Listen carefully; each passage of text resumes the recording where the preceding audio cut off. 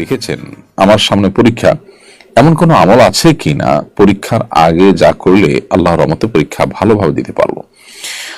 ভাই শাকিল, পরীক্ষার আগ মুহূর্তে স্পেশাল কোনো আমল এর কথা আমি বলতে পারবো না যেটা পড়লে পরীক্ষা বা যেটা করলে পরীক্ষা ভালো হবে বলে কোরআন হাদিসে বলা হয়েছে। তবে আপনি অ্যাজ এ মুসলমান পরীক্ষার আগে আল্লাহ সুবহানাহু ওয়া তাআলার কাছে অন্য 10টা ক্রাইসিস মোমেন্টে বা আল্লাহ সুবহানাহু ওয়া তাআলার কাছে আপনার বিশেষ পরিস্থিতিতে যেরকম আমাকে দোয়া করেন, এক্ষেত্রে দোয়া করবেন, আল্লাহ আপনি আমার পরীক্ষাকে সহজ করে দিন, আমার পরীক্ষাকে আপনি আসান করে দিন, আপনি আল্লাহর কাছে দোয়া করবেন।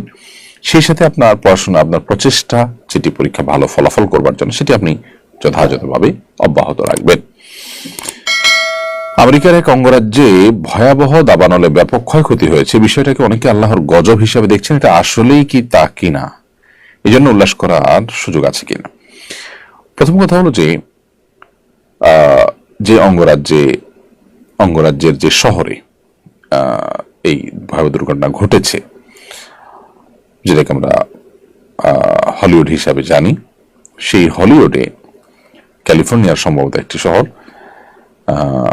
এখানে যে ভয়াবহ দাবানল 2 দিন যাবৎ জ্বলে পুড়ে সব ছাই করে দিচ্ছে, এটি সন্দেহাতীত ভাবে একটা সিগনিফিকেন্ট বিষয় এবং এটা নিশ্চয়ই আমাদেরকে একটা ইঙ্গিত করে, একটা ইন্ডিকেট করে যে সেখানে বিশেষ করে গোটা বিশ্বে অশ্লীলতাকে ছড়িয়ে দেওয়ার জন্য যেভাবে ওখানকার তথাকথিত তারকারা, যাদের বসত বাড়ি ইত্যাদি পুড়েছে বলে খবরে এসেছে, তারা যেভাবে কাজ করে চলেছেন এবং যুগ যুগ ধরে সহস্র মানুষের চরিত্রকে ধ্বংস করবার জন্য যাদের ভূমিকা রয়েছে, আল্লাহর পক্ষ থেকে এটি একটি আযাব হিসাবে বা আল্লাহর পক্ষ থেকে শাস্তি হিসেবে এটা কোনো ইন্ডিকেট হতে পারে। সেটা